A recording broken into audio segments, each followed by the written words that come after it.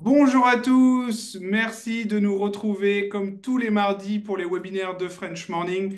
Je suis Romain Poirot, directeur commercial associé de French Morning Media Group, le média pour les Français aux États-Unis, Canada et UK. Et aujourd'hui, on va s'adresser à tous les expats. On va aussi s'intéresser à certains cadres dirigeants qui peuvent être basés en France. Vous êtes un peu plus d'une centaine à vous être inscrits aujourd'hui, donc n'hésitez surtout pas à poser un maximum de questions en bas dans la partie questions-réponses. Aujourd'hui, on a un sujet qu'on n'a jamais abordé sur French Morning, donc je suis très content. Donc, on parle essentiellement aux salariés expatriés aujourd'hui, mais sachez que ça marche pour tous les gens qui ont un contrat de travail en France. Donc, on va voir comment bien négocier votre rupture de contrat de travail avec notre invité Avi Bitton, avocat en droit du travail à Paris depuis plus de 20 ans. Alors, il va nous parler de quelles sont les stratégies pour négocier rapidement et sans procès. On va voir quels sont les leviers de négociation et les moyens de pression qu'on peut utiliser. On va aussi voir quels sont les montants d'indemnité qui sont proposés aujourd'hui. Et on va finir aussi par comment protéger sa réputation professionnelle et son employabilité.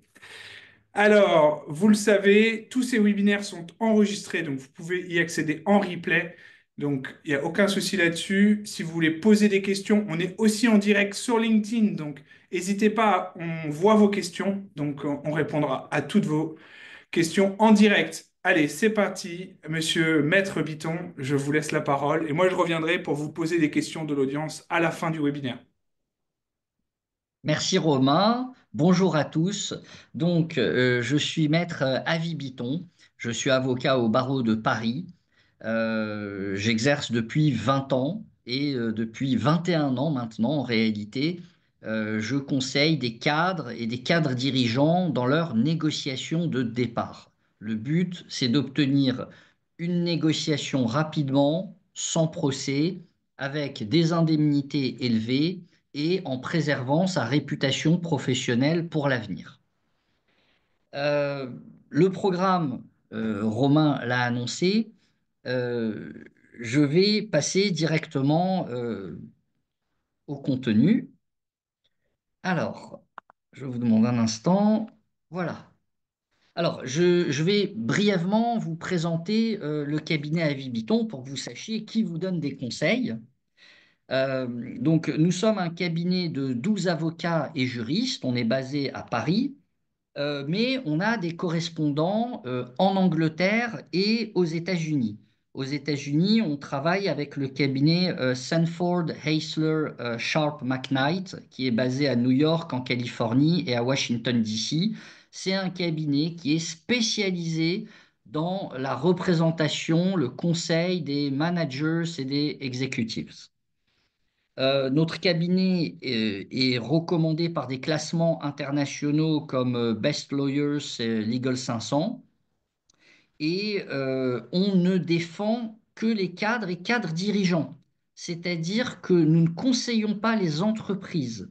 Il n'y a aucun risque de conflit d'intérêts au sein de notre cabinet. Ça, c'est très important. Euh, Vous l'avez compris, je parle couramment anglais. Je suis diplômé de la London School of Economics. Euh, je me présente un petit peu, même si, comme je vous l'ai dit, il y a toute une équipe derrière de 12 avocats et juristes. Moi, j'ai fait mes études à la Sorbonne, à Paris euh, et à Londres. Je suis ancien membre du Conseil de l'Ordre. J'ai été élu par la Paris Bar Association. J'ai siégé au Conseil de discipline pendant 8 ans. J'ai écrit un ouvrage qui s'appelle Le procès au Conseil de prud'homme. J'espère que vous n'aurez jamais à le lire puisque le but, c'est de négocier à l'amiable sans procès. Je suis un ancien collaborateur du cabinet d'avocats Clifford Chance, qui est le plus grand cabinet d'avocats du monde, même si aux États-Unis, il est un petit peu petit. Et je suis régulièrement auditionné par le gouvernement. J'ai été auditionné par le ministère du Travail sur la réforme du Code du travail. Je suis auditionné par le ministère de la Justice, par l'Assemblée nationale, par le Sénat. Je donne régulièrement des interviews à la télévision, TF1, France Télévisions. Je passe deux, trois fois par mois sur BFM sur les questions de droit du travail pour les cadres. Et sachez-le, j'ai à mon palmarès obtenu beaucoup de condamnations contre des grands groupes comme LVMH, Amazon, le groupe américain 3M, Eiffage, Veolia, L'Oréal, Essilor, Natixis et d'autres banques. Mais en réalité, c'est la partie émergée de l'iceberg. C'est-à-dire que les condamnations que j'obtiens en justice, pour une condamnation que j'obtiens en justice, il y a 10 affaires que je négocie à l'amiable, hein. Je considère que si on va en justice, c'est qu'on a échoué la négociation. Voilà. Alors, euh, l'o- l'objectif de ce webinaire, c'est de vous permettre de comprendre et de maîtriser la négociation de départ. Alors c'est vrai que ce webinaire s'adresse à vous expatriés, mais en réalité, vous le verrez, n'importe quel cadre dans une grande entreprise en France qui veut négocier son départ peut se servir de ce que je vais lui dire. Euh, alors, je vais quand même, puisque c'est destiné aux expatriés, je vais quand même déjà distinguer deux types d'expatriés. Et il faut que vous vous demandiez dans quelle catégorie vous êtes. Il y a deux catégories.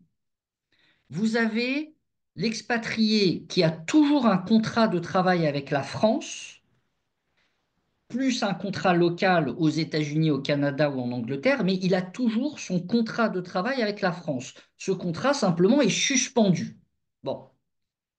Et puis, vous avez l'expatrié qui n'a plus de contrat avec la France. Il a démissionné, le contrat a été résilié avec la France. Et l'expatrié a uniquement un contrat local avec l'entreprise aux États-Unis, au Canada ou en Angleterre. Il faut bien distinguer ces deux cas de figure. Pourquoi? Dans le premier cas, vous avez toujours un contrat avec la France. À ce moment-là, le Code du travail français prévoit qu'à la fin de votre expatriation, la société mère en France doit vous reprendre, c'est une obligation, et elle doit vous donner un poste, un emploi qui soit comparable à l'emploi que vous occupiez avant de quitter la France. Donc notez bien, l'entreprise française doit vous reprendre et vous donner un emploi qui soit comparable à l'emploi que vous occupiez en France avant d'être expatrié.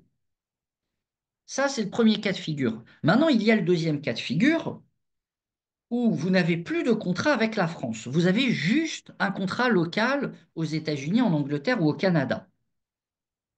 Pourquoi l'entreprise française a mis fin au contrat français? Bah justement, pour ne pas avoir l'obligation à la fin de vous reprendre. Là, l'entreprise peut dire, écoutez, moi c'est fini, je n'ai plus de lien contractuel avec ce salarié. Il a contracté avec une entité de mon groupe, certes, mais une entité aux États-Unis, au Canada, en Angleterre. Moi, société en France, je n'ai plus de contrat avec lui. Alors, heureusement, je vous rassure, ça n'est pas si facile. Euh, Si, dans la réalité des faits, vous arrivez à démontrer que oui, vous avez travaillé pour l'entité locale, mais que vous avez continué à travailler un petit peu avec la société mère en France, que vous avez continué de recevoir des instructions de travail, des ordres, que c'est en France, au siège, à la société mère, qu'on a décidé de vos augmentations de salaire, de vos promotions, etc. À ce moment-là, vous pouvez faire reconnaître ce qu'on appelle le co-emploi. C'est-à-dire que vous pouvez dire, en réalité, je suis co-employé, je suis employé par la société aux États-Unis, au Canada, en Angleterre, mais je suis resté employé de la société en France. Regardez, elle continue à me traiter comme son salarié. Voilà. Alors, ensuite, euh, quand on parle de négociation de départ, ça recouvre plusieurs réalités du point de vue juridique. Une négociation de départ, le plus souvent, et je vais beaucoup parler de ça dans la présentation, parce que c'est de plus en plus répandu, une négociation de départ, souvent, c'est une rupture conventionnelle. Donc, j'expliquerai tout à l'heure un petit peu ce qu'est une rupture conventionnelle. En un mot, c'est un contrat, c'est pas un licenciement par l'employeur, c'est pas une démission du salarié, c'est les deux parties qui se mettent d'accord de manière conventionnelle pour rompre le contrat, rupture conventionnelle. Euh, Vous avez ensuite le licenciement suivi d'une transaction, c'est-à-dire que l'entreprise vous licencie et ensuite il y a une transaction dans laquelle les parties se mettent d'accord pour que la société indemnise le salarié et en échange le salarié ne fait pas de procès. Voilà, donc le départ négocié, ça peut être un licenciement suivi d'une transaction. Alors, c'est vrai que ça peut être désagréable parce que le salarié peut se dire, oui, mais moi, je ne veux pas avoir à dire à mon nouvel employeur que j'ai été licencié, je ne veux pas avoir été licencié. Mais souvent, dans la transaction qui va être signée derrière, il va y avoir une clause de confidentialité et une clause de non-dénigrement pour protéger la réputation du salarié. Troisième type de départ négocié, c'est la démission suivie d'une transaction. Alors attention, attention. Si vous êtes en France ou si vous allez retourner en France, si vous démissionnez, vous n'avez pas droit aux allocations chômage. Dans les deux précédents cas, si vous faites une rupture conventionnelle ou un licenciement, vous avez droit aux allocations chômage en France si vous vivez en France, si vous êtes résident en France. En revanche, si vous démissionnez, vous n'avez pas droit aux allocations chômage, sauf dans des cas très particuliers, mais franchement, je ne vais pas rentrer dans ces précisions, c'est des cas très spécifiques. Donc, si vous êtes expatrié et que vous décidez de rester aux États-Unis, en Angleterre ou au Canada, démission ou licenciement, peu importe, il n'y a pas de conséquences sur les allocations chômage, puisque vous n'aurez pas d'allocation chômage, puisque vous êtes à l'étranger. Si en revanche, vous êtes rentré en France ou vous allez rentrer en France, là, il ne faut surtout pas démissionner, sinon vous n'avez pas d'allocation chômage. Donc voilà, le troisième type de rupture négociée, ça peut être une démission suivie d'une transaction. Voilà. Alors, maintenant, quels sont les enjeux d'une négociation? Qu'est-ce qu'on recherche dans une négociation? La première chose qui vient à l'esprit, et c'est légitime, c'est normal, surtout quand on a une certaine ancienneté dans l'entreprise, qu'on s'est beaucoup investi, c'est d'obtenir les indemnités les plus élevées.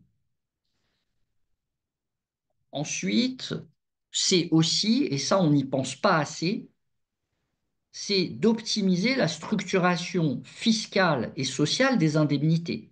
Souvent, euh, le cadre se concentre sur le montant à négocier, mais vous pouvez très bien négocier, je vous donne des ordres de grandeur, vous pouvez très bien négocier, je ne sais pas moi, 300 000 euros par exemple, une indemnité de 300 000 euros, mais après prélèvement des cotisations sociales et après déduction des impôts, vous touchez finalement en net 200 000 euros, voire moins de 200 000 euros. Donc, l'enjeu très important aussi de la négociation, c'est de structurer sur le plan fiscal et social les indemnités de manière à ce que le montant net que vous récupérez soit au maximum.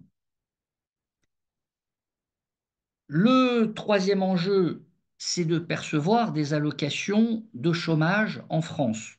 Alors là, comme je l'ai expliqué, si vous êtes à l'étranger et que vous restez à l'étranger, ça n'est pas un enjeu. Mais si vous êtes en France ou que vous rentrez en France, là, c'est un enjeu important, hein.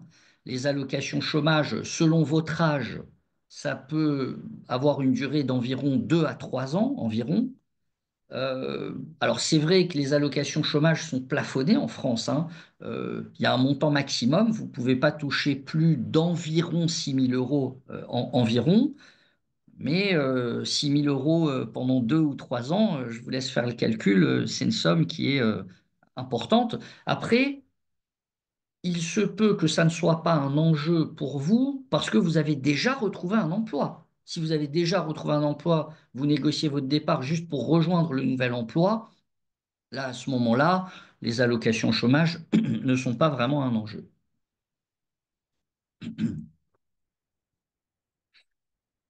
Alors, autres enjeux, protéger sa réputation professionnelle.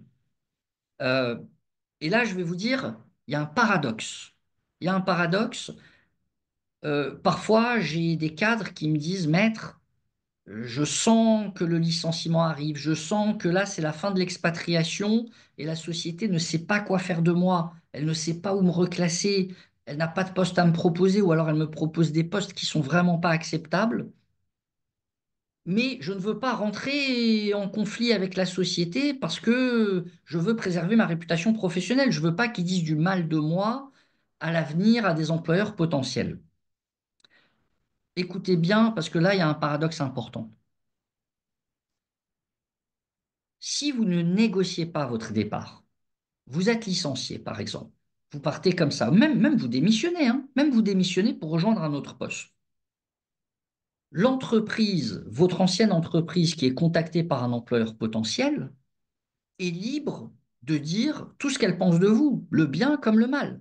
Si elle pense du mal de vous, si vous avez été licencié ou si vous avez démissionné mais dans des mauvaises circonstances, ils peuvent dire non, mais il n'était pas compétent, elle était mauvaise, elle nous a fait deux enfants, deux grossesses pendant sa collaboration, etc. Bon, voilà. Rien ne les lie. Tandis qu'au contraire, si vous rentrez dans une négociation et que vous arrivez à un accord amiable, là, dans l'accord amiable, systématiquement, c'est vraiment standard, il y aura une clause de confidentialité, une clause de non-dénigrement, et on le verra tout à l'heure, vous pourrez même négocier une lettre de recommandation. Ensuite, les autres enjeux, c'est maintenir ou au contraire se libérer d'une clause de non-concurrence. Si vous êtes à des postes stratégiques dans des grands groupes, il est assez probable que dans votre contrat de travail, il y ait une clause de non-concurrence qui vous interdit pendant un certain temps de travailler pour la concurrence ou de même de créer une société concurrente. Et en contrepartie de cette interdiction, pendant toute la durée de l'interdiction, vous allez percevoir une indemnité de non-concurrence. Bon. Votre intérêt, ça peut être de maintenir la clause. Si vous savez que vous n'allez pas à la concurrence, que vous allez changer de secteur, votre intérêt, c'est de maintenir la clause de non-concurrence pour pouvoir toucher les indemnités de non-concurrence tout en travaillant ailleurs dans un autre secteur. Et à ce moment-là, pendant un an, deux ans, vous allez cumuler le nouveau salaire de la nouvelle entreprise et l'indemnité de non-concurrence. Mais au contraire, votre intérêt, ça peut être de vous libérer de la clause de non-concurrence. C'est-à-dire que l'employeur renonce à cette clause. À ce moment-là, évidemment, il ne vous paye pas les indemnités de non-concurrence, mais vous pouvez aller chez les concurrents. Voilà. Donc ça peut être un des enjeux dans la négociation selon vos projets, si vous voulez aller à la concurrence ou pas. Autre enjeu, euh, les actions gratuites. Si vous êtes cadre ou cadre dirigeant dans un grand groupe, il est assez probable que vous bénéficiez d'actions gratuites type Long Term Incentive, LTI, RSU, BSPCE, autres types de stock options. Et le problème, vous le savez, c'est que ces actions gratuites, elles sont faites pour vous garder captif dans l'entreprise. C'est-à-dire que on vous donne les actions gratuites, mais vous ne pouvez les vester, les acquérir qu'au fur et à mesure des années. Donc, par exemple, vous pouvez avoir 200 000 euros de RSU, mais il va falloir rester 3 ans pour que ces RSU soient acquis. Et donc, si vous négociez votre départ, que vous partez au milieu, vous êtes ce qu'on appelle un bad leaver. Et un bad leaver, eh ben, il perd ses actions gratuites, il perd ses RSU, ses LTI. Donc ça va être un enjeu de la négociation de départ. C'est-à-dire que vous allez négocier avec l'entreprise pour soit rester un petit peu plus longtemps pour toucher les actions, soit vous allez partir tout de suite, mais vous allez demander du cash immédiatement en compensation des actions. Voilà. Et puis, dernier enjeu d'une négociation de départ, c'est éventuellement de se maintenir dans la société jusqu'à une certaine date. En fait, soit vous voulez partir rapidement parce que vous en avez assez ou parce que vous avez trouvé un poste ailleurs ou que vous devez changer de pays, voilà. Soit Au contraire, vous voulez rester encore un certain temps, par exemple parce que vous cherchez encore un job et tout le monde le sait, c'est plus facile de trouver un nouveau job quand on est encore en poste, quand on est encore sur le payroll. Ou alors, vous voulez rester encore un certain temps dans la société pour des raisons d'immigration, pour obtenir la nationalité ou un titre de séjour. Je pense notamment peut-être aux États-Unis. Alors, ça, c'était les enjeux de la négociation. Maintenant, on va rentrer dans le vif du sujet. Qu'est-ce qu'une rupture conventionnelle? Je vous parle de la rupture conventionnelle parce qu'aujourd'hui, c'est le mode de départ négocié le plus répandu. La rupture conventionnelle, les deux parties vont se mettre d'accord pour rompre le contrat de travail d'un commun accord. Obligatoirement, dans une rupture conventionnelle, il faut qu'il y ait une indemnité minimum qui est fixée par la loi. Attention, c'est une indemnité minimum. On verra tout à l'heure qu'il n'y a pas de maximum et qu'elle peut être négociée très à la hausse. Il y a une indemnité minimum. Il y a une procédure à suivre dans la rupture conventionnelle, c'est-à-dire qu'on signe la rupture conventionnelle, le salarié et l'employeur ont un délai de 15 jours s'ils veulent se rétracter, et au bout des 15 jours, la société envoie la rupture conventionnelle au ministère du Travail pour que le ministère du Travail la valide. Il a 15 jours pour la valider. Voilà. Ça, c'est la rupture conventionnelle.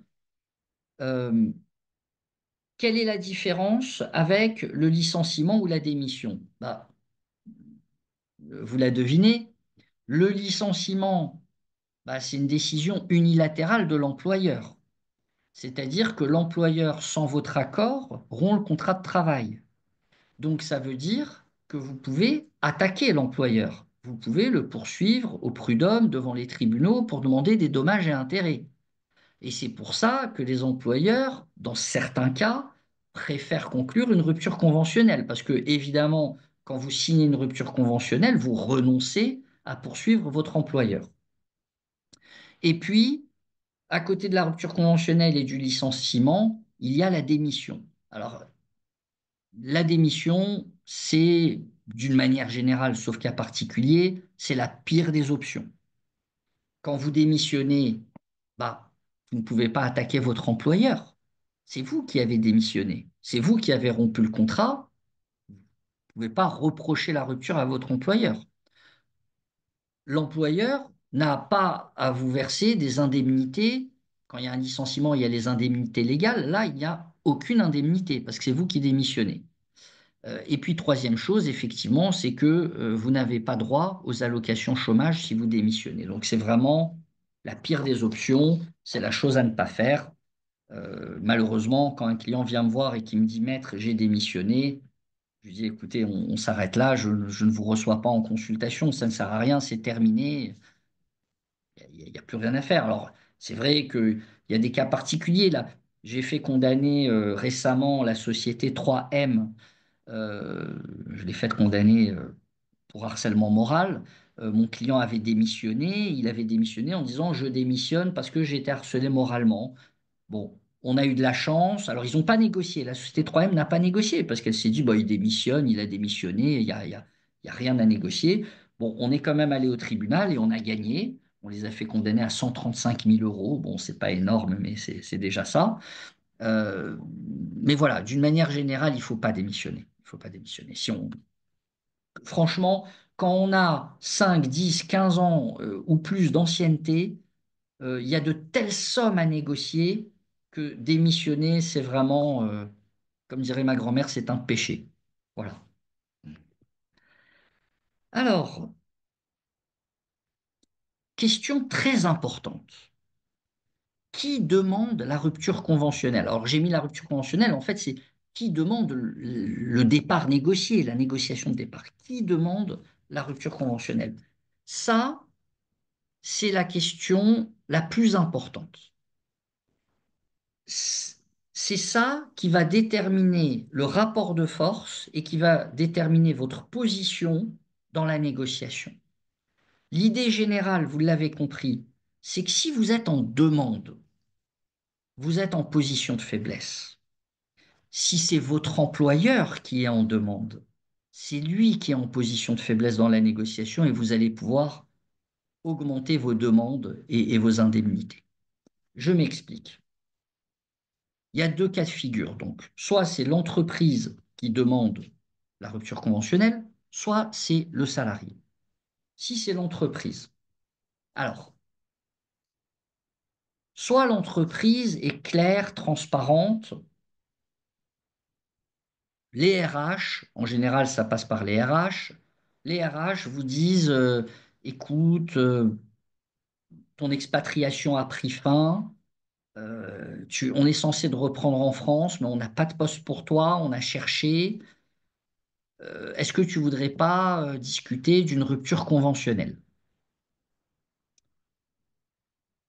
Là, je vous le dis tout de suite, si c'est l'entreprise qui vous fait cette proposition comme ça explicite, vous êtes vraiment en position de force pour négocier. Parce que ça veut dire que ils ont peur de vous licencier. Ils savent qu'ils ont cette obligation dans le Code du travail à la fin de votre expatriation de vous reprendre en France avec un poste comparable à celui occupé au début. Ils se disent si on le licencie, on n'a pas de motif. S'ils avaient un motif de licenciement, ils ne vous proposeraient pas la rupture conventionnelle. Ils se diraient, bon, on a un bon motif de licenciement, on peut le licencier, ne pas lui payer d'indemnité, on a un dossier solide. S'ils vous proposent une rupture conventionnelle, c'est qu'ils n'ont pas de dossier et que vous êtes vraiment en position de force pour négocier. Après, il y a le deuxième cas de figure.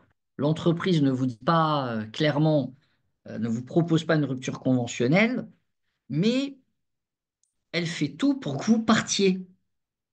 C'est-à-dire que vous avez des signes que l'entreprise vous harcèle ou qu'elle prépare un licenciement. Alors là, je pourrais faire tout un webinaire sur les signes du harcèlement ou du licenciement, mais je vais en résumer, je vais vous dire, une entreprise qui essaie de vous pousser à la démission, de vous faire partir, euh, par exemple, elle va réduire votre périmètre, elle va réduire vos fonctions, elle va réduire vos responsabilités, elle va arrêter de vous confier des comptes clients importants, euh, elle va arrêter de vous donner des augmentations de salaire, elle va réduire vos bonus, elle va arrêter de vous donner des promotions, euh, elle va vous mettre à l'écart de réunions importantes, de réunions stratégiques auxquelles vous aviez l'habitude de participer. Euh, Elle va, pour la première fois en 10 ans, elle va vous faire une mauvaise évaluation annuelle. Ou alors, si vous avez un salaire variable basé sur des targets, des objectifs, elle va vous fixer des objectifs très élevés, complètement démesurés, ce qui du coup va réduire votre salaire variable. Voilà. Tous ces signes montrent que l'entreprise vous harcèle, peut-être prépare votre licenciement, et en fait, quelque part, elle attend.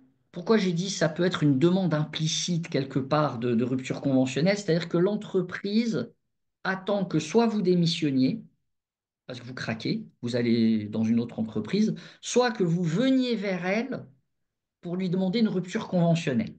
Voilà. Maintenant, il y a l'autre cas de figure. C'est le cadre qui demande une rupture conventionnelle.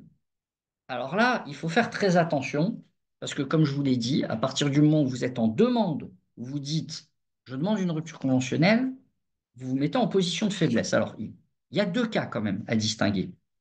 Il y a la demande que j'appellerais la demande naïve.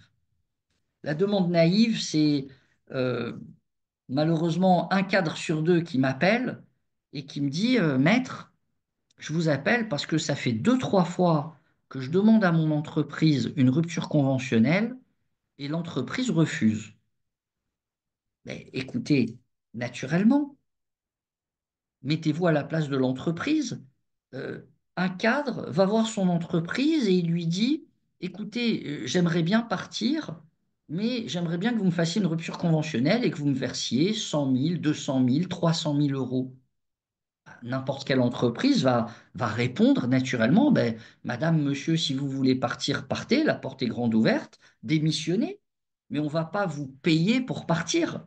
On investit sur les gens qui restent, pas sur les gens qui partent. Pourquoi on vous verserait de telles sommes pour partir? Et le problème, parce que parfois, il y a des cadres qui se disent, bon, je vais essayer, je vais aller les voir. S'ils me disent oui, ils me disent oui. S'ils me disent non, tant pis. Je vais essayer, je vais aller proposer au RH une rupture conventionnelle. Le problème, c'est que une fois que vous avez révélé à l'entreprise que vous voulez partir, que vous avez un projet personnel, vous voulez monter une entreprise, vous voulez suivre votre conjoint qui rentre en France, vous voulez vous reconvertir, bref, une fois que vous avez révélé à l'entreprise que vous voulez partir et qu'elle vous a dit non, ça va être très difficile par la suite de parvenir à un accord, à une rupture conventionnelle. Pourquoi? Parce que l'entreprise, à chaque fois que vous viendrez la voir pour négocier, elle dira non parce qu'elle se dira, je sais qu'il veut partir, je sais qu'il a des projets, je sais que à court terme, il va partir. Donc j'ai juste à attendre qu'il parte pour faire ses projets personnels, c'est-à-dire qu'il démissionne. Et s'il démissionne, le coût pour l'entreprise, c'est zéro. Il n'y a pas d'indemnité puisqu'il n'y a pas de licenciement, c'est une démission. Et il n'y a pas de risque de procès puisque vous avez démissionné, vous êtes parti de vous-même. Donc, c'est pas comme ça que ça se passe. Quand on veut une rupture conventionnelle, un départ négocié, on va pas voir son employeur en lui disant, est-ce que vous voulez négocier mon départ? Il va dire, ben, il n'y a rien à négocier, partez. C'est pas comme ça que ça se passe. En réalité, il faut utiliser ce que j'appelle, je vais pas déposer de trademark dessus encore, mais ça va pas tarder. Il faut utiliser ce que j'appelle la technique de la réclamation. La technique de la réclamation. Je vous explique en quelques mots. Ça fait 21 ans que j'exerce comme avocat. Je peux vous dire que je ne connais pas une seule entreprise qui respecte toutes les règles du Code du travail. Je ne connais pas une seule entreprise dont le contrat de travail soit parfait, dans lequel il n'y a aucune faille. Je, je, Tous les jours, je reçois entre 5 et 8 cadres en consultation. Je screen leur contrat de travail. À chaque fois, je trouve des failles. Donc, il faut vous dire une chose, c'est que il y a forcément des droits euh, que vous avez qui n'ont pas été respectés par l'entreprise. Ça peut être par rapport à la durée du travail, ça peut être par rapport à l'égalité des salaires entre hommes et femmes ou une discrimination au retour du congé maternité. Ça peut être par rapport à la fixation des objectifs dont dépend le salaire variable. Euh, Ça peut être enfin, une multitude. Une multitude. Ça peut être le non-respect justement de l'obligation de l'entreprise en France de vous reprendre après l'expatriation et de vous mettre à un poste comparable à celui que vous aviez avant l'expatriation. Voilà. Il y a une multitude de manquements que peut commettre une entreprise. Et la technique de la réclamation pour déclencher la négociation de rupture conventionnelle, ça consiste en quoi? Avec l'aide de votre avocat, vous allez repérer quels sont les manquements de l'entreprise au Code du travail. Et vous allez préparer une réclamation écrite que vous allez adresser à votre entreprise. Dans cette réclamation, vous allez expliquer, voilà, vous n'avez pas respecté les règles sur la durée du travail, vous m'avez discriminé au retour du congé maternité, mon variable n'a pas été calculé correctement, etc., etc. Lorsque l'entreprise va recevoir ça, elle va légitimement se sentir en risque. L'entreprise va se dire, oh là, il a repéré mes manquements au Code du travail, il va pouvoir m'attaquer en justice et vu les manquements qu'il a repérés, ça peut me coûter 300, 400 000 euros. Une fois que vous avez envoyé votre réclamation, votre avocat va envoyer une lettre d'avocat à l'entreprise en disant, je suis l'avocat de monsieur, madame Untel, il vous a adressé une réclamation, vous avez 15 jours pour régulariser la situation, sinon on va devant les tribunaux, on saisit l'inspection du travail pour demander une enquête, etc. Et la lettre d'avocat va se terminer par cette formule obligatoire en France: mettez-moi en relation avec votre avocat.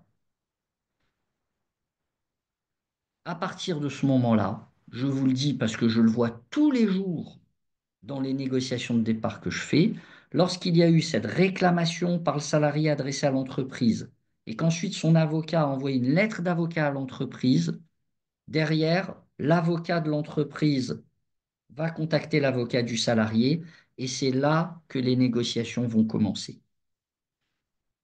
Mais vous comprenez que à partir du moment où vous faites une réclamation à l'entreprise, l'entreprise a un intérêt à négocier. Là, tout d'un coup, elle a un intérêt à vous verser des indemnités parce que si elle ne vous en verse pas, elle va avoir un procès, elle va avoir des condamnations. Voilà. Romain, j'espère que je ne suis pas trop long. Je vois qu'il nous reste 22 minutes. Tu me dis si je suis trop long par rapport au PowerPoint, aux slides qui me restent. Je vais essayer de Mon laisser aussi avis du temps aux personnel, questions-réponses. mon avis personnel est que t'es pas trop long parce que c'est vraiment passionnant comme sujet. Surtout que c'est un sujet qu'on découvre, qu'on n'a jamais traité. D'accord. Je vais juste en profiter pour dire aux gens, euh, vous l'avez remarqué, vous pouvez poser toutes vos questions anonymement dans le question-réponse. Donc vous avez juste à cocher la petite case. Voilà, être anonyme. Donc, si jamais vous voulez être en toute discrétion, n'hésitez pas à cocher cette case quand vous posez vos questions par écrit. Euh, et puis, en bas à droite, comme dans tous les webinaires de French Warning, vous avez un QR code. Ce QR code, vous le scannez. Vous arrivez sur le site de Maître Biton et vous pouvez directement prendre rendez-vous avec lui si jamais vous avez un cas concret et particulier à voir avec lui. Et sinon, c'est tout ce que j'ai à dire. Posez vos questions parce que je vais les prendre dans l'ordre d'arrivée. Et si jamais on n'aura pas assez de temps pour toutes les couvrir, ce sera les premières qui seront répondues. Ok, Maître, ok. vous pouvez Très continuer. bien. Je continue. Alors, la question, à quel moment devez-vous négocier votre départ? Alors, il y a deux cas de figure. Soit c'est l'entreprise qui vous impose le tempo, c'est-à-dire que l'entreprise se met à vous harceler, ou alors vous sentez qu'il y a un risque de licenciement. À ce moment-là, n'attendez pas que l'entreprise engage la procédure de licenciement. Parce qu'une fois qu'elle a engagé la procédure de licenciement, l'entreprise, à ce moment-là, elle est comme sur des rails. C'est-à-dire qu'elle a préparé la lettre de licenciement, elle fait l'entretien, elle suit les étapes et elle vous licencie. Elle dit, ça y est, c'est fini, il n'est plus dans l'entreprise, je suis débarrassé. Et c'est difficile à ce moment-là de négocier à l'amiable.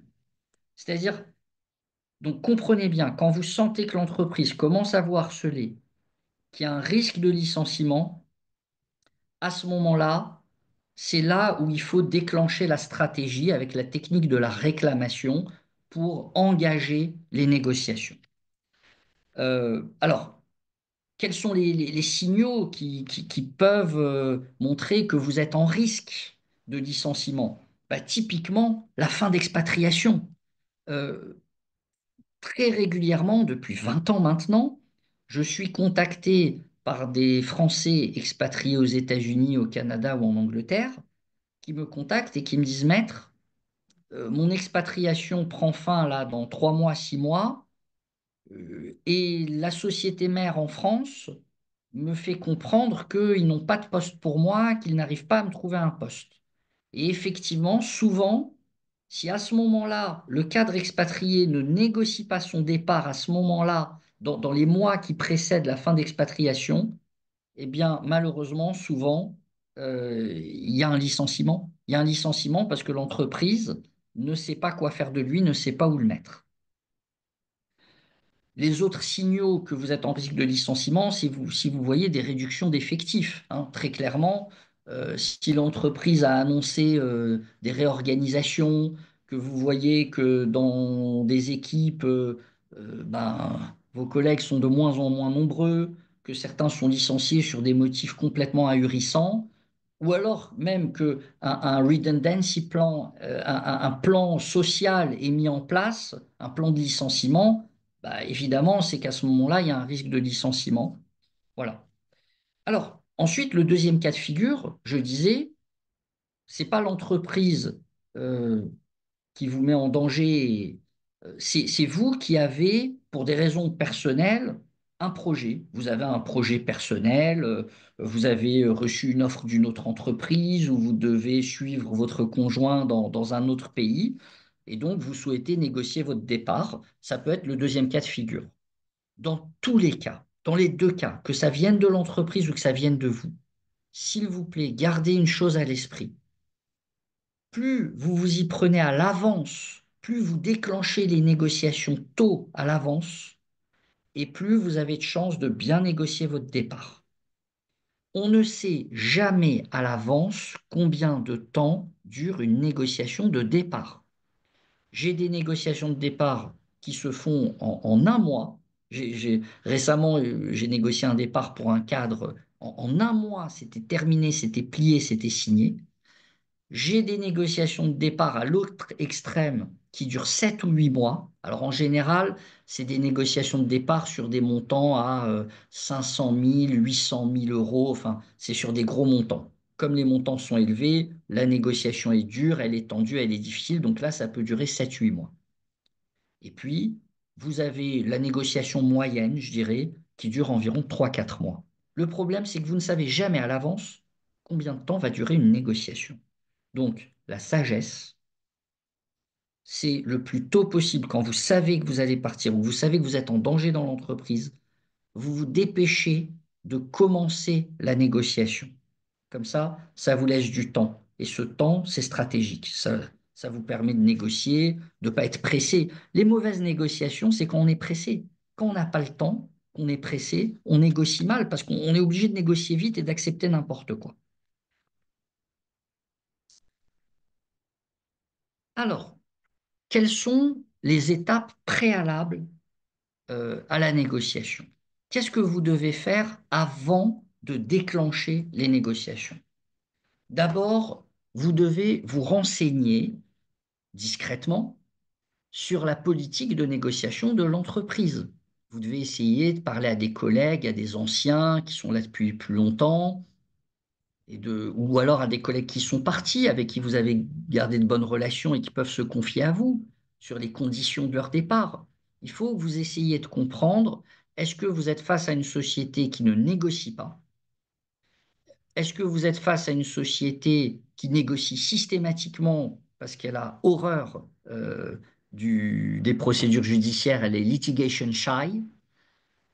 Est-ce que quand la société négocie, est-ce qu'elle est large sur les indemnités ou est-ce qu'elle accepte que des petites indemnités et au-dessus, elle refuse? Voilà, tous ces renseignements sont précieux. Moi, ce que je peux vous dire d'expérience, si vous êtes expatrié, vous travaillez très probablement pour un grand groupe, peut-être pour des banques, des institutions financières. Les grands groupes sont litigation shy, ils n'aiment pas le contentieux. Les banques, encore plus. Les banques, je ne vais pas citer des noms, mais il y a des banques avec lesquelles je n'ai jamais de procès parce qu'elles négocient tout le temps. Et c'est une tautologie de le dire, mais les banques, elles ont de l'argent, donc elles peuvent négocier haut. Euh, donc voilà, renseignez-vous. Ensuite, pour préparer les négociations, collectez les preuves des manquements de l'entreprise. Comme je vous ai dit tout à l'heure, pour être en position de force pour négocier, il faut trouver les manquements de l'entreprise qui vont être des leviers de négociation. Mais il faut être capable de les prouver, ces manquements. Si on est sur une problématique de durée du travail avec des heures supplémentaires, il faut être capable de prouver ces heures, par exemple avec des emails horodatés.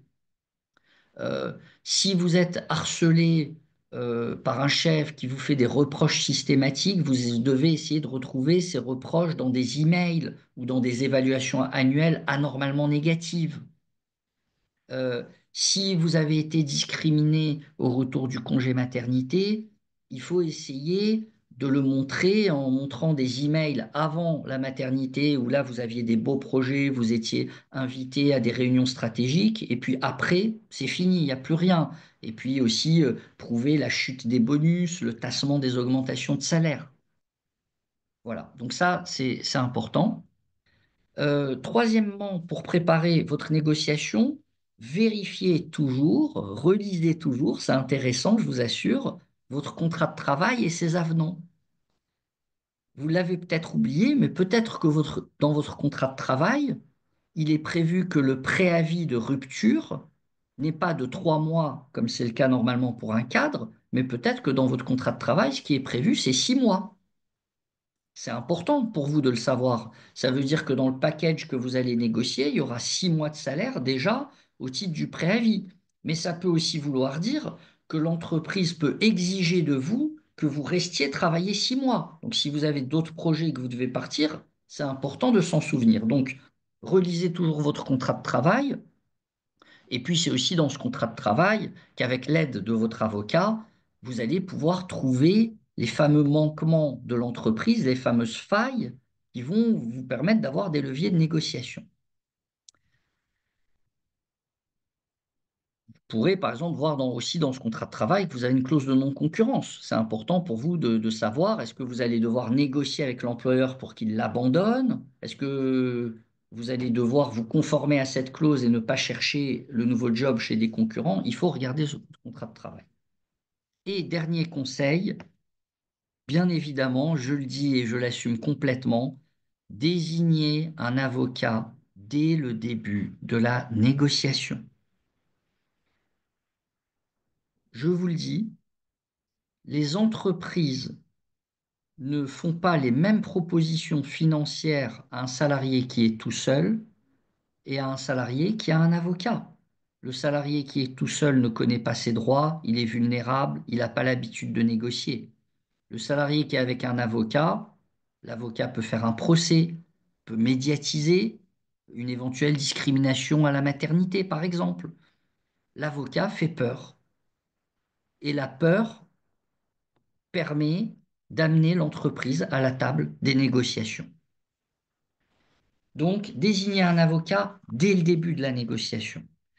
Euh, Si vous commencez à échanger des offres avec l'entreprise, l'entreprise va commencer par des offres basses parce que vous n'aurez pas d'avocat. Vous allez désigner ensuite un avocat. L'avocat va arriver. L'entreprise va avoir du mal, alors qu'elle a fait une offre très basse, à tripler cette offre.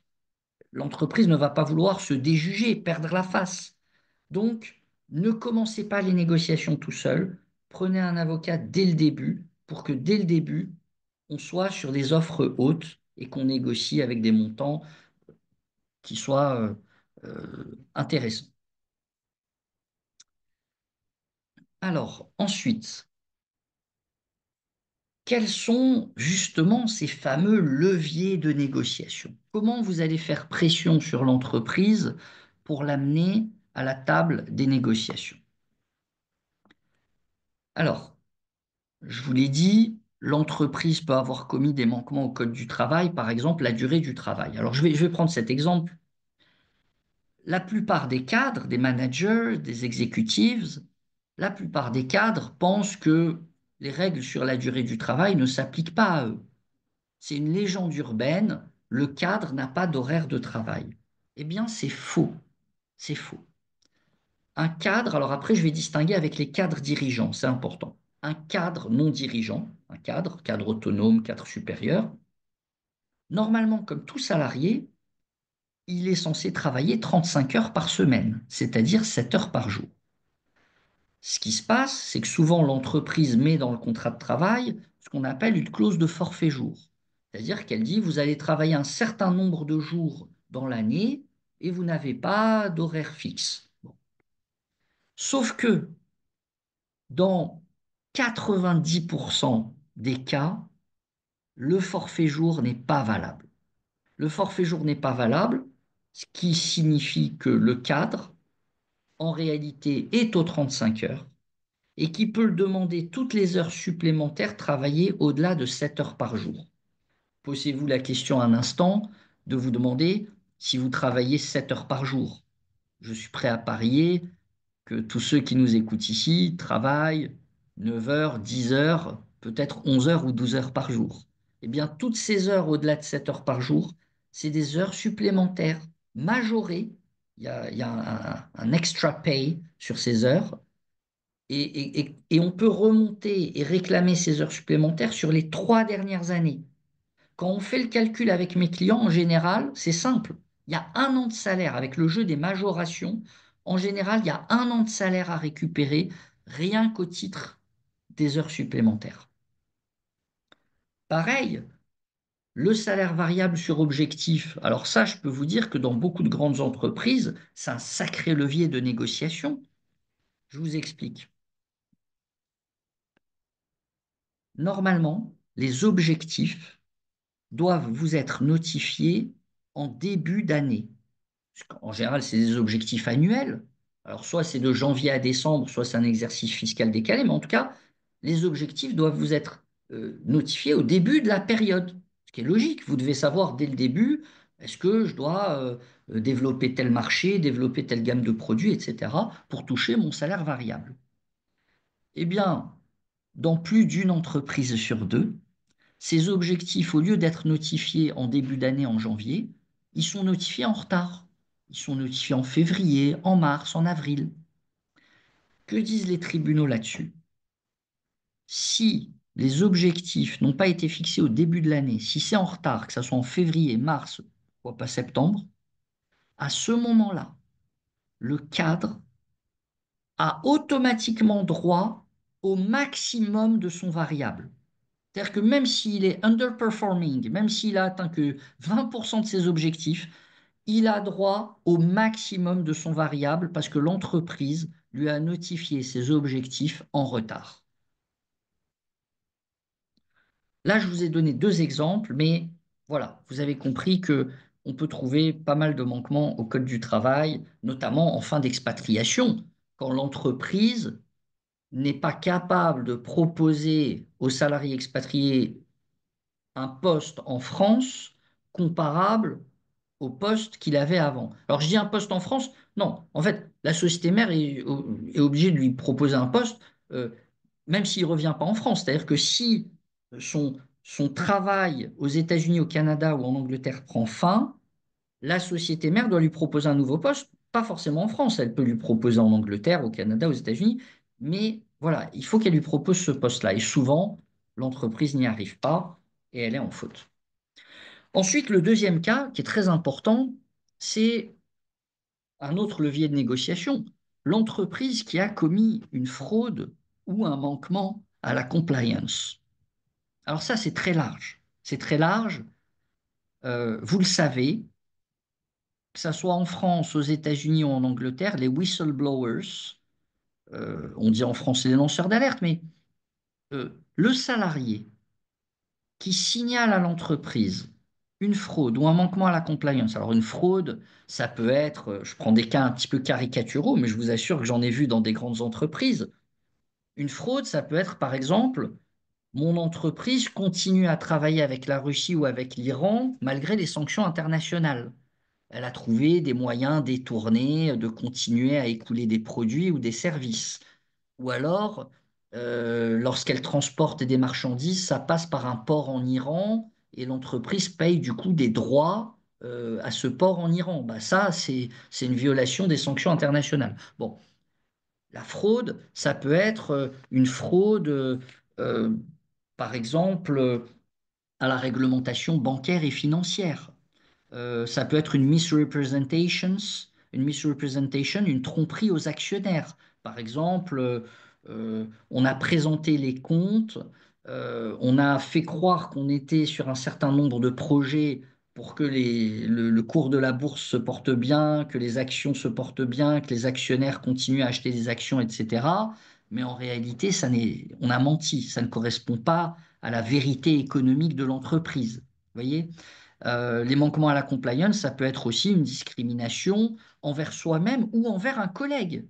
Vous pouvez avoir été témoin d'une discrimination, par exemple au retour de congé maternité d'une collègue, même si elle ne s'est pas plainte, mais que vous dénoncez cette discrimination. vous êtes protégé. L'entreprise est en faute, elle doit organiser une enquête interne, vous le savez, elle a une interdiction de représailles, c'est no retaliation, souvent c'est dans leur charte éthique. Euh, voilà, donc si vous avez été témoin d'une fraude ou d'un manquement à la compliance, ça peut être, si vous le dénoncez à l'entreprise, ça vous protège. L'entreprise ne peut pas, voire ne peut plus, si elle en avait le projet, vous licencier. Et ça peut l'amener à essayer de négocier avec vous un accord confidentiel. Euh, Troisièmement, quels sont vos leviers de négociation? C'est quand l'entreprise ne peut pas vous licencier. Quand l'entreprise est dans une situation où elle voudrait que vous partiez, mais elle ne peut pas vous licencier, elle est bloquée juridiquement, bah à ce moment-là, vous êtes en position de force pour négocier. Par exemple, l'entreprise a l'obligation de vous reprendre, comme je vous ai dit, de vous offrir un poste après l'expatriation. Donc là, effectivement, si elle vous licencie, elle sait qu'elle sera condamnée en justice. Donc vous êtes en position de force pour négocier en réalité à la fin de votre expatriation. Deuxièmement, euh, vous avez eu des congés maternité, vous êtes revenu il n'y a pas trop longtemps. L'entreprise sait très bien que si elle vous licencie, évidemment, vous risquez de l'accuser de discrimination en raison de la maternité. Donc là encore, vous êtes en position de force pour négocier. Troisième cas, et je l'ai eu encore récemment dans une grande banque, vous avez lancé l'alerte sur des irrégularités comptables et financières. Vous avez lancé l'alerte. L'entreprise sait très bien que si elle vous licencie, le licenciement risque d'être annulé et elle risque de vous payer des indemnités très lourdes parce qu'on n'a pas le droit de licencier, de faire des représailles à un lanceur d'alerte. Et puis, il y a un dernier cas où vous avez un puissant levier de négociation, c'est quand vous vous voulez partir, mais l'entreprise a besoin de vous. Elle ne peut pas vous remplacer comme ça en quelques semaines ou en quelques mois. L'entreprise a besoin que vous restiez encore 3 mois, 6 mois, le temps qu'elle trouve quelqu'un à ce poste rare et que vous fassiez le handover, la transition, la passation. Là, effectivement, vous êtes en position de force. Parce que vous pouvez dire à l'entreprise, écoutez, moi je veux partir. Euh, Si je pars tout de suite. Je suis prêt à rester encore 3 mois, 6 mois à faire le handover, à faire la passation. Mais à ce moment-là, il faut qu'on signe un accord amiable maintenant qui prévoit les conditions de ma sortie dans 6 mois. Et à ce moment-là, il n'y a pas de problème, je reste 6 mois, je sais que vous avez besoin de moi, je fais la passation, il n'y a pas de problème. Voilà. Ça, c'est aussi une situation où vous êtes en position de force pour négocier. Maître, Oui. Ah, il est l'heure 19 heures. tourne, donc Oui. on essaie Je toujours vais. de bloquer notre Oui. audience pour 60 minutes. Ouais. Euh, Je vais essayer d'être rapide. est-ce qu'on peut prendre quelques questions et revenir après sur la suite ou vous voulez clôturer? Les questions risquent de porter là-dessus, vous Ok, voyez, les éléments essentiels à négocier. Je vais essayer d'être rapide. ok. Encore une fois, vous pouvez me consulter à titre personnel en me contactant. Alors, quels sont les éléments clés à négocier? Évidemment, l'indemnité de rupture. Dans une rupture conventionnelle, il y a un minimum qui est fixé par la loi, mais il n'y a pas de maximum. Donc attention, dans une négociation de rupture conventionnelle, les RH vont souvent vous dire, ah ben, de toute façon, l'indemnité, elle est fixée par la loi, j'ai fait le calcul, c'est tant. Non, non, non. Ça, c'est le minimum fixé par la loi. Il n'y a pas de maximum. Et je peux vous assurer que si vous avez des bons leviers de négociation, moi, il y a des cadres qui avaient 6 mois d'ancienneté pour qui j'ai réussi à obtenir 2 ans de salaire en négociation. Jamais ils n'auraient obtenu ces sommes au prud'homme parce qu'on avait des bons leviers de négociation. Ensuite, le deuxième élément clé à négocier après le montant de l'indemnité, c'est la date de départ. Est-ce que vous partez rapidement, tout de suite, parce que vous devez rejoindre un autre poste ou que vous avez un projet, ou est-ce que vous partez dans 6 mois ou dans un an? Ça se négocie. Vous pouvez très bien négocier maintenant votre départ en disant, je partirai dans un an. parce que pendant un an, j'ai besoin de rester encore salarié chez vous. Tout se négocie. Troisième point de négociation, très important pour la réputation professionnelle, la clause de confidentialité et de non-dénigrement. C'est une clause, si vous voulez, dans laquelle l'entreprise et le salarié vont s'engager à ne rien dire à des tiers, que ce soit aux médias, que ce soit à des employeurs potentiels. Et c'est pour ça qu'il ne faut pas avoir peur de faire des réclamations à l'entreprise, de rentrer dans un rapport de force, parce qu'à la fin, au bout, dans l'accord amiable, on effacera le passé, il y aura une clause de confidentialité, de non-dénigrement, et on pourra même négocier, c'est de plus en plus courant, une lettre de recommandation. Quatrième point à négocier, j'en ai parlé tout à l'heure, c'est la clause de non-concurrence. Est-ce qu'on la maintient ou est-ce qu'on s'en libère? Cinquième point à négocier, j'en ai parlé tout à l'heure aussi, c'est les actions gratuites LTI, RSU, BSPCE. Est-ce que on négocie du cash, c'est-à-dire on dit à l'entreprise, bon, moi j'avais encore 400 000 RSU à vester, versez-moi 200 000, versez-moi la moitié en cash, ça se négocie. Ou est-ce qu'on négocie avec l'entreprise de rester sur le payroll encore un an pour pouvoir vester, acquérir, toucher les actions gratuites? Sixièmement, vous pouvez négocier un coaching, une formation, un outplacement. C'est-à-dire que vous allez négocier avec votre entreprise qu'elle paye la société de formation ou d'outplacement. Alors vous allez me dire, mais quel intérêt? Euh, Autant négocier l'indemnité, je touche l'indemnité et ensuite je paye la société de coaching, de formation, d'outplacement. Mais non. Si vous touchez l'indemnité, vous allez payer des impôts sur cette indemnité et immédiatement après, l'argent, vous allez l'utiliser pour payer l'outplacement, la formation. Tandis que si vous faites financer ça par l'entreprise, l'argent ne passe pas par votre patrimoine, donc il n'y a pas d'impôt. L'entreprise paye directement pour vous la société de formation, de coaching ou d'outplacement. Du coup, vous ne payez pas d'impôt sur ces sommes-là. Donc c'est important. Et dernière chose à négocier, c'est le remboursement des frais d'avocat. Aujourd'hui, je dirais que dans à peu près 70 à 80% de mes départs négociés, j'arrive à négocier que l'entreprise rembourse aux salariés tout ou partie de ses frais d'avocat. Et c'est très courant avec les sociétés américaines parce qu'elles ont vraiment la culture des lawyer fees. Alors, les erreurs à éviter, très rapidement, euh, ne commencez pas à négocier avant d'avoir collecté vos preuves. Imaginez que vous commencez la négociation. L'entreprise se dit, oulala, là là, c'est très chaud, je lui coupe les accès. Je lui coupe l'accès à sa boîte email. À ce moment-là, vous n'avez plus accès à vos mails, vous n'avez plus de preuves. Il faut collecter les preuves avant de commencer la négociation. Deuxième erreur, attendre le dernier moment pour négocier. Par exemple, vous vous dites, bon, j'ai cherché un job ailleurs, je l'ai trouvé, et je vais commencer à négocier. Ben non, parce que le nouveau job, il vous attend rapidement. Et du coup, vous allez avoir très peu de temps, vous n'allez pas pouvoir négocier en position de force, vous allez être obligé d'accepter rapidement des indemnités peu élevées. Donc, il ne faut pas attendre le dernier moment pour négocier, il faut s'y prendre bien en avance.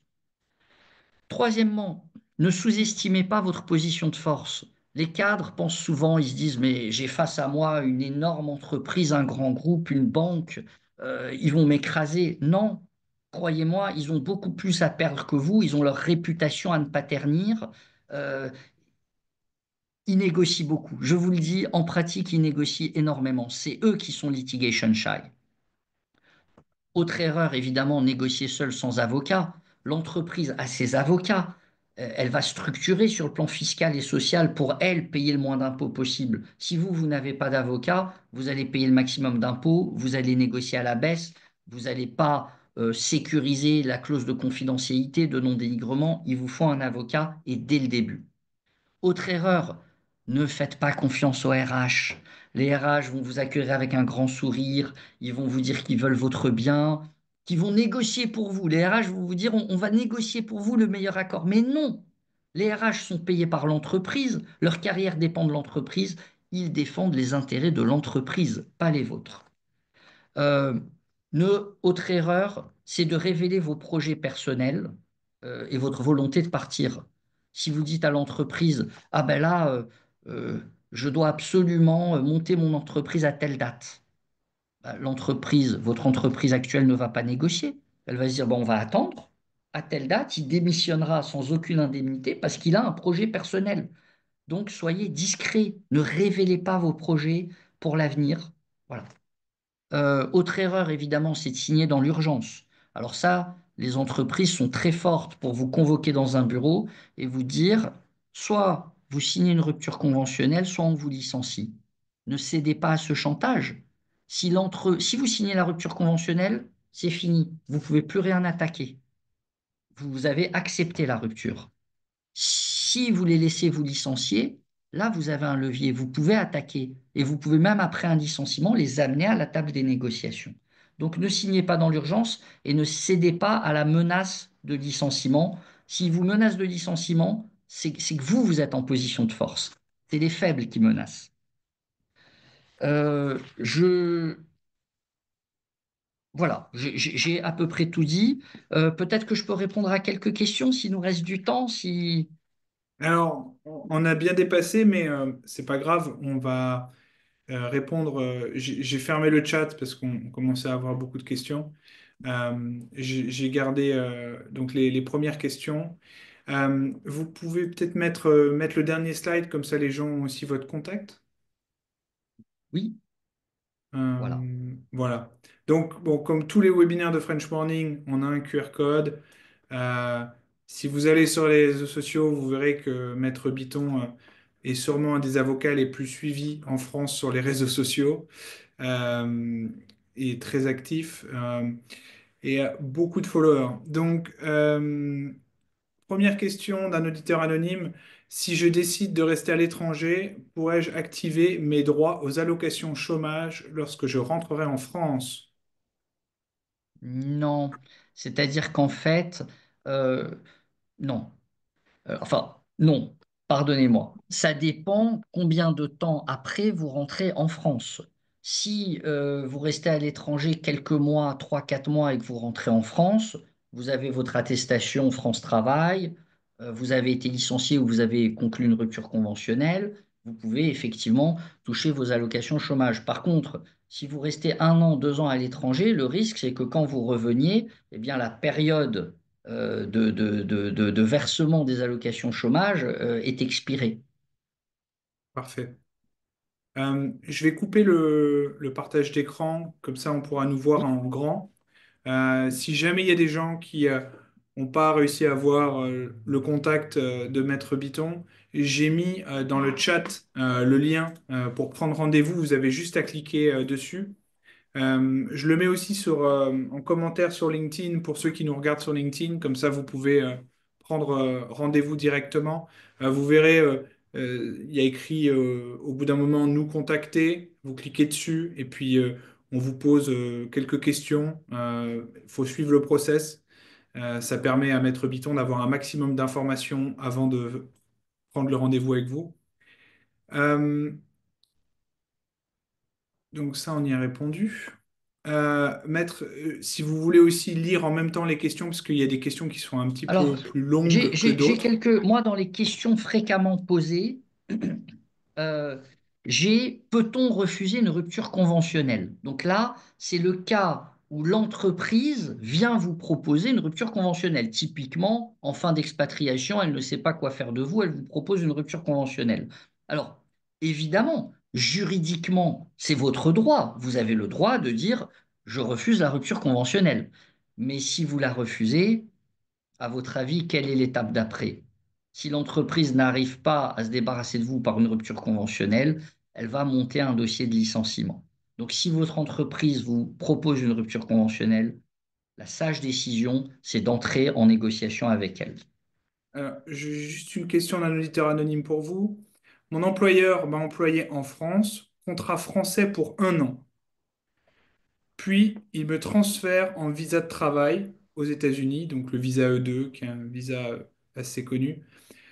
Contrat américain pendant 4 ans. Et ne pouvant renouveler mon visa, j'ai dû repartir en France. Ils m'ont remis en contrat français en période d'essai. N'ayant pas de solution de visa, ils veulent se séparer de moi et comptent utiliser la période d'essai. Étant donné que cela fait 5 ans et demi contrats français et américains. Je trouve cela abusif et compte leur demander une rupture conventionnelle. Alors, souvenez-vous de ce que j'ai dit, il ne faut pas demander une rupture conventionnelle, elle sera refusée, c'est pas comme ça que ça se passe. Par contre, quels sont les leviers de négociation de monsieur? Effectivement, d'abord, il faut regarder dans quel cas on est. Vous vous souvenez, il faut regarder est-ce que le contrat de travail qu'il avait au début avec la France a bien été rompu. S'il n'a pas été rompu, si le contrat n'a pas été rompu, il existe toujours. Et à ce moment-là, l'entreprise française a l'obligation de le reprendre à la fin de l'expatriation et elle ne peut évidemment pas mettre une période d'essai, puisque c'est le même contrat qui n'a jamais été rompu qui continue. Maintenant, effectivement, deuxième cas de figure, si la société française a rompu le contrat français, l'a envoyé aux États-Unis où il a eu juste un contrat local, quand il revient, effectivement, bah, sur le papier, l'entreprise dit, bon, bah, c'est un nouveau contrat avec une période d'essai. Euh, le challenge pour monsieur, ça va être de démontrer qu'aux États-Unis, il a continué à travailler en réalité aussi avec la société française, à recevoir des ordres, des instructions, et qu'en réalité, pendant tout ce temps-là, il a eu deux contrats, le contrat avec les États-Unis et un contrat non écrit, verbal, avec la France. Ouais. Je précise, on ne sait jamais si c'est un homme ou une femme, hein, parce que c'est Oui, les effectivement. gens ont coché la case auditeur anonyme. Oui, Donc, vous en faites pas si on dit monsieur ou madame. On ne sait pas si vous êtes désolé. monsieur ou madame. Est-ce que Maître Biton représente-t-il des employés aux négociations salariales d'embauche? Non. Ma spécialité, c'est vraiment la négociation de départ.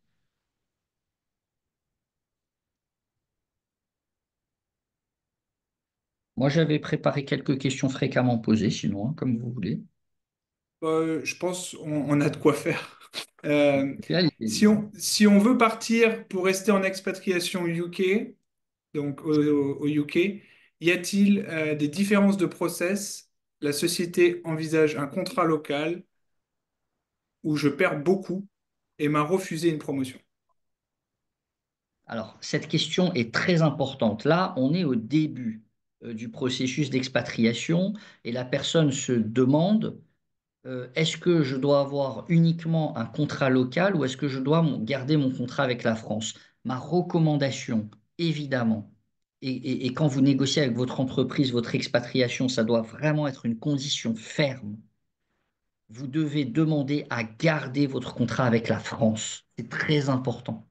C'est ce qui va faire qu'à la fin de l'expatriation, l'entreprise en France aura l'obligation de vous reprendre et de vous proposer un poste. C'est très important. Euh, Garder le contrat avec la France, c'est aussi acquérir de l'ancienneté. Donc, au moment de la rupture, c'est être en position de force pour négocier en disant, bah, écoutez, j'ai 5 ans, j'ai 10 ans d'ancienneté. Toutes les années que j'ai passées en expatriation comptent dans mon ancienneté. Donc, il faut vraiment négocier le maintien du contrat avec la France, qui évidemment va être suspendu pendant l'expatriation, mais qui va continuer à exister. On a un autre auditeur, auditrice anonyme. J'ai un CDI français avec un avenant d'expatriation à durée indéterminée et mon entreprise prévoit de me licencier aux États-Unis, ce qui met en danger ma situation vis-à-vis de ma carte verte, Green Card. Aucune négociation n'a été engagée concernant mon contrat français. Que puis-je faire? Alors, là encore, gardez à l'esprit que cette personne a gardé son contrat avec la France, elle est en position de force parce que le Code du travail prévoit que si le contrat local aux États-Unis est résilié, bref, si la personne est licenciée aux États-Unis, la société française a l'obligation de reprendre le salarié expatrié et de lui proposer un poste comparable avec celui qu'il occupait avant son expatriation.